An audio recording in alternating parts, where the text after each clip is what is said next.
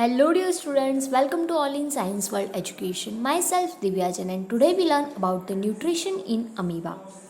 So, amoeba is a unicellular organism. It contains only a single cell. So, amoeba is a unicellular. Uni it means a single and unicellular it means a single cell. amoeba के अंदर amoeba एक ऐसा single cell organism है जिसके अंदर जो भी process होती है, फिर चाहे वो इंजेशन हो, डाइजेशन हो या फिर एक्सक्रीशन है या कोई भी प्रोसेस समझ लो, जितनी भी प्रोसेस हम लोग करते हैं वो सारी ही प्रोसेस अमीबा में सिर्फ सिंगल सेल की हेल्प से होती है. सो इसीलिए हम अमीबा को यूनिसेल्युलर ऑर्गेनिज्म बोलते हैं. एंड अमीबा आज हमें पढ़ना है न्यूट्रिशन इन अमीबा के बारे में. So amoeba feeds a microscopic animals and a plants that float on a water. पानी के ऊपर जो माइक्रोस्कोपिक ऑर्गेनिजम्स है, एनिमल्स हैं और जो प्लांट्स हैं उनको amoeba as a food use करता है. सम प्रोसेस जब ऐसे न्यूट्रिशन के बारे में जब हमको जानकारी लेनी है कि अमीबा कौन कौन से न्यूट्रिशन गेन करता है, कैसे न्यूट्रिशन लेता है, तो उसके लिए हमको जानना पड़ेगा कि कौन कौन से स्टेप्स उसके अंदर प्रेजेंट है, मतलब उसके न्यूट्रिशन कौन कौन से स्टेप में होता है.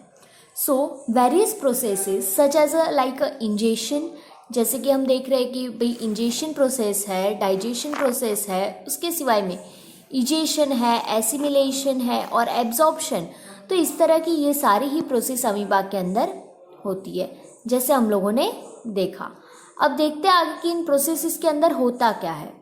सो अगर हम देखना चाहें कि ये प्रोसेस में क्या होता है तो हमें जानना पड़ेगा कि ये जो प्रोसेस है ingestion, digestion, absorption, assimilation and egestion, तो this process are involved in the nutrition in amoeba. And our first process is known as the ingestion process. Ingestion it means food को इंजेस्ट करना. Amoeba अपने जो भी उसका food है उसको ingest करता है अपनी बॉडी के अंदर, या अपने जैसे हमारा फूड है वो माउथ के थ्रू लेते हैं तो उसको इंजेस्ट किया बोलता है. सेम ऐसा अमीबा जो है अपना फूड किस तरह से लेगा तो उस स्टेप को हम बोलेंगे ingestion step. So let's see the ingestion. Amoeba ingest of food with projecting a finger like temporary mountain finger like projection. Just like जैसे कि हम बात कर रहे हैं यहाँ पे कि भी अमीबा जो है वो फूड इंजेस्ट करती है, अपने फूड को एंग्लॉफ करती है. तो कैसे करती है, तो एक finger like projection amoeba create करता है. जैसे कि हम लोग यहाँ पे देख रहे हैं ये जो स्ट्रक्चर क्रिएट हुआ है ना, ये अमीबा एक इनरेगुलर शेप ऑर्गेनिज्म है, उसका कोई शेप फिक्स नहीं है. बट इस इनरेगुलर ऑर्गेनिज्म के अंदर विदाउट शेप का जो ऑर्गेनिज्म है वो एक फिंगर लाइक प्रोजेक्शन को क्रिएट करता है फूड को लेने के लिए. और उस फिंगर लाइक प्रोजेक्शन को हम बोलते हैं शूडोपोडिया. क्या बोलते हैं हम उसको? शूडोपोडिया कहते हैं. ठीक है. सो amoeba ingest of food particles by forming a temporary finger like projections known as a pseudopodia. जैसे हमने बात की कि ये जो फिंगर लाइक प्रोजेक्शन क्रिएट करता है उसको हम बोलते हैं pseudopodia. When the membrane of the tip of pseudopodia dissolves, the food particle get captured. जब ये मेम्ब्रेन है, जैसे कि हम देख रहे हैं यहाँ पे ये जो मेम्ब्रेन क्रिएट कर रहा है pseudopodia का, अब ये जो मेम्ब्रेन है ये जब डिसॉल्व हो जाता है तो एक क्या क्रिएट होगा, एक बैग लाइक स्ट्रक्चर क्रिएट होगा और जो फूड पार्टिकल है वो कम्प्लीटली क्या हो जाएगा, कैप्चर हो जाएगा. And forming a bag like structure, so which known as a food vacuole. अब ये जो बैग लाइक स्ट्रक्चर क्रिएट होता है उसको हम क्या बोलेंगे, फूड वैक्यूल कहते हैं. अब नेक्स्ट स्टेप जो है हमारा वो है डाइजेशन प्रोसेस. तो ये तो हमारा हो गया इंजेशन प्रोसेस. अब नेक्स्ट स्टेप हमारा है digestion. So let's see digestion के अंदर क्या होता है. अब जो फिंगर लाइक प्रोजेक्शन क्रिएट हुआ है अमीबा का, शूडोपोडियन स्ट्रक्चर, मेम्ब्रेन डिसॉल्व हो गया है. अब एक बैग लाइक स्ट्रक्चर होता है, जो बैग लाइक स्ट्रक्चर जैसे कि हम लोग यहाँ पे देख रहे हैं कि ये जो बैग लाइक स्ट्रक्चर फॉर्म हुआ है उस बैग लाइक स्ट्रक्चर को हम फूड बैग बोलते हैं.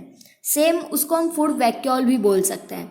ठीक है. तो ये फूड वैक्यूल है. अब फूड वैक्यूल के अंदर जो है वहाँ पे क्या होगा, तो डाइजेस्टिव एंजाइम सिक्रीट होंगे. और फूड वैक्यूल के अंदर जब डाइजेस्टिव एंजाइम सिक्रीट होते हैं तो वो फूड डाइजेस्ट होना स्टार्ट होता है. So in the digestion step the food is digested in the food vacuoles by digestive enzymes. Food vacuole के अंदर जो फूड है वो डाइजेस्ट होता है डाइजेस्टिव एंजाइम्स के थ्रू. नाउ अब आता है हमारा third step nutrition in amoeba के अंदर, और वो हमारा थर्ड स्टेप है एब्जॉर्प्शन। अब देखिए यहाँ पर अमीबा ने फूड को इंजेस्ट कर लिया है। अब इंजेस्ट करने के बाद में उसने एंजाइम्स भी सिक्रीट कर लिए। अब बात आती है एब्जॉर्प्शन की।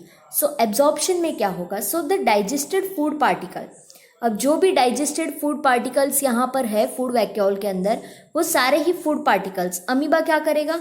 तो अब उस डाइजेस्टेड फूड पार्टिकल्स को फूड वैक्यूल्स में से एब्जॉर्ब करेगा, और एब्जॉर्ब करने के बाद में अमीबा अपने पूरी ही बॉडी के अंदर उसको क्या करेगा? भेज देगा।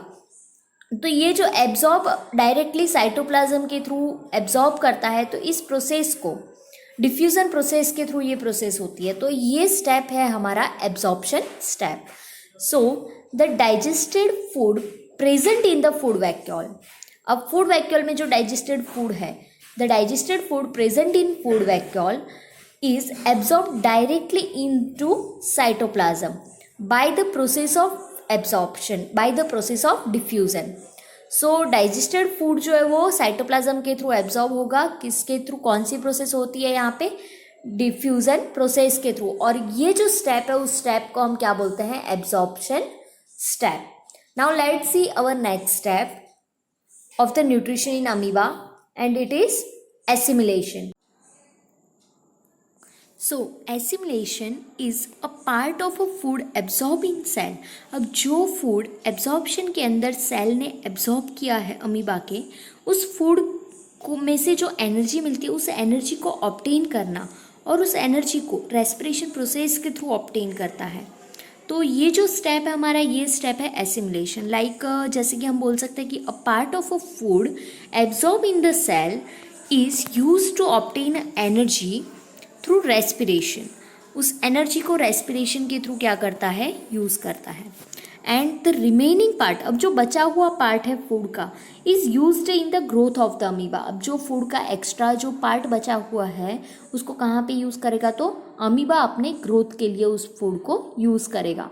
ठीक है, तो ये हो गया हमारा assimilation part. It means first में इंजेस्ट किया, सेकेंड डाइजेस्ट किया, थर्ड स्टेप एब्जॉर्ब किया, और फोर्थ स्टेप के अंदर क्या किया? तो एसिमिलेशन। इट मीन्स उस एनर्जी को ऑब्टेन किया रेस्पिरेशन में, और कहाँ पे यूज़ किया? तो अपने ग्रोथ के लिए यूज़ किया। तो ये हो गए हमारे फोर्थ स्टेप्स। अब लास्ट स्टेप है हमारा इजेशन। इजेशन के अंदर क्या होता है? तो अब जितना भी वेस्ट प्रोडक्ट, अब किसी भी ऑर्गेनिज्म में आप देख लो कि भाई पूरा ही न्यूट्रिशन जब होता है प्रोसेस, तो एंड पार्ट में क्या होता है? जो एक्सेस अमाउंट ऑफ एक्स्ट्रा जो वेस्ट प्रोडक्ट अब बच गई है, जो डाइजेस्ट होने के बाद की वेस्ट प्रोडक्ट है, उसको बॉडी से बाहर निकालना उतना ही ज़रूरी होता है। तो ये जो एक्स्ट्रा अनडाइजेस्टेड रिमेनिंग पार्ट है उसको बॉडी से बाहर निकालना, उसको बोलते हैं इजेशन। ठीक है, तो in the amoeba the undigested food remains in the food vacuole and is thrown out of the body by rupturing the cell membrane. अब देखिए यहाँ पे क्या हो रहा है? तो सेल मेम्ब्रेन जो है उसको रैप्चर कर रहा है, एंड सेल मेम्ब्रेन को रैप्चर करने के बाद में क्या होता है? तो जितना भी वेस्ट प्रोडक्ट बचा हुआ है वो सभी क्या कर रहा है? तो अपनी बॉडी से अमीबा बाहर रिमूव कर देता है।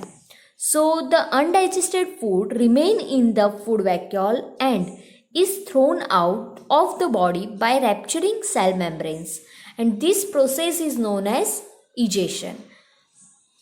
So dear friends, these are the main 5 steps for the nutrition in amoeba. I hope आप लोगों को वीडियो पसंद आया होगा। Thank you for watching the video. And हाँ, अगर आप लोगों को वीडियो पसंद आया है तो प्लीज़ चैनल को लाइक एंड सब्सक्राइब ज़रूर कीजिएगा। Thank you.